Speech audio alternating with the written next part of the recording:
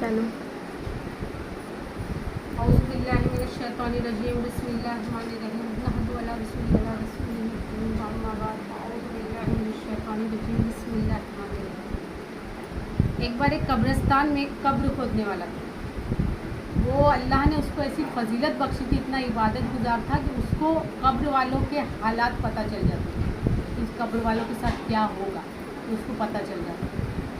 तो उसका ये मामूल था रोज़ का कि रोज़ वो सुबह के वक्त उठकर 3 कब्र खोद देता। रोज़ सुबह उठता था और 3 कब्र खोद देता। अब एक दिन उसने कब्र खोदने लिया तो पहली कब्र जब खोद रहा था तो जैसे देखो कब्र खोदने लगो तो अंदर जैसे जाओगे तो ठंडक महसूस होती है क्योंकि ज़मीन के अंदर ठंडक है। तो कब्र खोद रहा था, तो पहली कब्र खोद रहा था, खोदते गया, जब बनाने गया तो उसमें उसको काफ़ी मशक्क़त भी नहीं हुई और अच्छे से कब्र खोद लिया और उसको उसमें कुछ ठंडक सी महसूस हुई। कब्र उसको मुकम्मल किया, उसके बाद दूसरी कब्र खोदने लिया। दूसरी कब्र जब खोदा तो उस कब्र को खोदते वक्त उसे ऐसा लगा कि बहुत ही नरमी है मट्टी में, मतलब नर्म है मट्टी और ऐसा लग रहा है जैसे कि एकदम बहुत ज़्यादा ठंडी जगह पे वो बैठा है और उसको अजीब सी जैसी खुशबू जैसी महसूस हुई कब्र के अंदर। अब वो कब्र खोद के मुकम्मल किया और जब तीसरी कब्र खोदने के लिए आया तो तीसरी कब्र जब खोदने लगा तो खोदते उसे बहुत ज़्यादा गर्मी महसूस होने लगी, मतलब पसीना सा टपकने, जैसे जैसे खोदते चला जा रहा था वैसे वैसे वो कब्र एकदम उसको ऐसा लग रहा था जैसे कि जो आग हो जैसे जिसमें वो खोदते जा रहा है। बस उसको तो लेकिन उसका काम मुकम्मल करना था। वो कब्र खोदते गया और काफ़ी देर रुक के खोद के किसी भी तरह उसने कब्र का वो काम पूरा किया। जब तीनों कब्र खुद गई तो वो सोचने लगा कि अब देखो किसका जनाजा आता है। तो पहला जनाजा आया। पहला जनाजा आया, उसमें मुश्किल से बामुश्किल 6 से 7 लोग थे, ज़्यादा लोग नहीं, 6 से 7 लोग। अब जब उसको लेके आए और दफन वगैरह हो गया तो उसने पूछा कि जब दफन वफन कर लिया पूछने लगा कि किसकी कब्र है, इतने कम लोग कैसे? तो बोले वो गांव का एक गरीब आदमी है। अब गरीबों के कौन आता है जनाजे में? बोले बहुत नेक इंसान था, किसी के लेने देने में नहीं, कुछ नहीं, बहुत ही 5 वक्त का नमाजी नेक इंसान था। बोले ठीक है, लेकिन इसके मतलब बामुश्किल से हम लोग ने किसी तरह पैसे जमा करके इसके कफन दफन का इंतज़ाम किया। तो उसने जो कब्र खोदने की उजरत होती है, जो पैसा होता है, वो भी बोला मैं नहीं लूँगा। फिर उसने वो पैसे उनको वापस कर दिए। थोड़े देर में दूसरी कब्र का मतलब दूसरा जनाजा आया। अब दूसरा जनाजा आया, उसमें मुश्किल से 4 ही लोग, कितने जन? सिर्फ 4 लोग। अब वो जनाजा जब आया, कफन दफन हुआ तो पूछने लगे कि इस जनाजे में तो सिर्फ 4 लोग हैं, कोई है ही कैसे नहीं? तो बोले कि एक मुसाफिर था, कहीं दूर से आया था, अचानक इसका इंतकाल हो गया। अब हम लोग ने किसी तरह इंतज़ाम करके इसका कब्र मतलब कफन दफन का इंतज़ाम करके इसको दफना दिया। तो फिर मैं उसने उसकी भी उजरत नहीं ली कि कोई मुसाफिर है, पता नहीं कौन है, कैसा है, इसकी मैं किस ले लूँ। तो उसने वो भी पैसे उनके रिटर्न कर दिए, उसकी भी उजरत नहीं ली। अब उसके बाद तीसरा जनाजा आया। तीसरा जनाजा जब आया तो उसमें लाखों की भीड़, इतनी भीड़ कि पूरा जैसे गांव उमड़ पड़ा, पूरा गांव जैसे उमड़ पड़ा। अब देखे कि वो जनाजा लेके आए, दफनाए वगैरह। उसके बाद जब जाने लगे तो उसने पूछा कि ये किसका जनाजा है? तो बोले गांव की एक ज़मींदार है, उनकी बीवी, ज़मींदार की बीवी है, उनका जनाजा है। तो बोले ठीक है। जब उनका जनाजा है और इतनी भीड़ है, सब बामुश्किल दौड़ रहे हैं कि जल्दी जल्दी किसको किसको कंधा लगाने मिल जाए। अब उनको जब दफना के चले गए, जाने के बाद वहाँ पे जब ये दफनाने का वाक़या था उसके पहले का वाक़या बता रही। जब ये कब्र खोद उठी थी, कब्र खोद उठने के बाद में 2 घुड़सवार आसमान से आए, सफ़ेद बिल्कुल, और सफ़ेद लिबास में 2 शख्स थे। अब वो चेहरा उनका नज़र नहीं आ रहा था, फरिश्ते थे या जो भी थे। अब वो जब आसमान से नीचे उतरे तो पहली कब्र के पास गए, पहली कब्र देखी, पहली कब्र के पास गए और कहने लगे कि इसकी जो कब्र है उसको मतलब 10-10 गज आजू बाजू से खूब चौड़ी कर दो।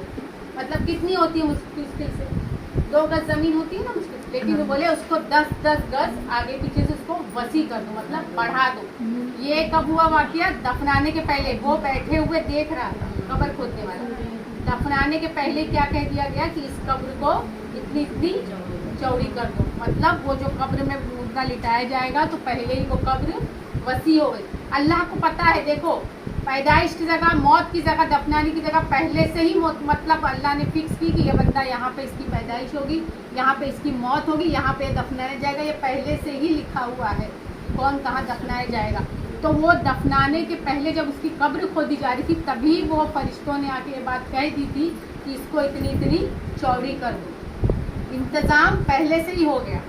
दूसरी कब्र के वक्त पे वो कहा कि इसकी जहाँ तक नज़र जाती है वहाँ तक इसकी कब्र को वसी कर दो, मतलब फैला दो इसकी कब्र को, कि उसको कब्र की तंगी महसूस ना हो। वो कौन था? मुसाफिर था जो अल्लाह की राह में दीन की तालीम करने के लिए निकला था, दीन के लिए निकला था। और वो अपने परिवार से दूर होकर यहाँ पे उसकी इंतकाल हो गया। कोई था नहीं, लेकिन जिसका कोई नहीं होता उसका अल्लाह होता है और उसके लिए इंतज़ाम अल्लाह फरमाता है।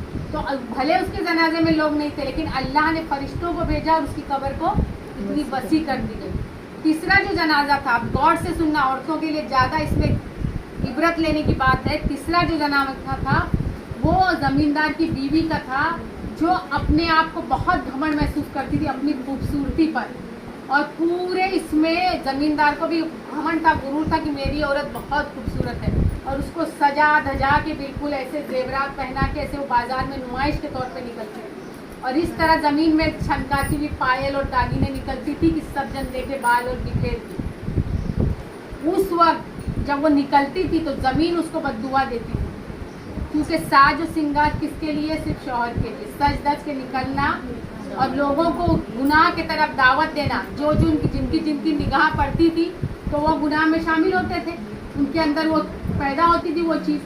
तो वो औरत अपने नुमाइश करती थी, ना तुम ज़मीन को फाड़ सकते हो ना आसमान को छू सकते हो। तो घमंड गुरूर किसी चीज़ का नहीं है, दौलत का किसी। जब वो औरत का इंतकाल हुआ जो अपनी जिस्म की, अपनी दौलत की, सब चीज़ की नुमाइश करती थी, लोगों को गुनाह के लिए दावत देती थी, और उसका शौहर भी उसको नहीं रोकता था, उसको इबरत करता था कि मेरी औरत इतनी खूबसूरत है। उस औरत का जब इंतकाल हुआ, उस औरत को जनाजे में इस तरह से उसको आग पहले से ही मतलब इतनी दहक रही थी, लोगों को नहीं दिख रहा है वो, लेकिन वो कब्र खोदने वाले को पता था कि इसमें अगर ये लिटाई जाएगी अभी, तो बोले उसकी कब्र को इतनी शहादत की उंगली अंगूठे इतनी कर दो। सोचो, लिटा के चले गए तो सोचो पसलियाँ एक में एक लगी, कितनी जगह में कैसे हो गई होगी। तो उसकी कब्र में इतनी जमा दी गई कि उसकी आपस में बिल्कुल वो इस तरह से, और दोज़ख की आग उसमें जला दी गई।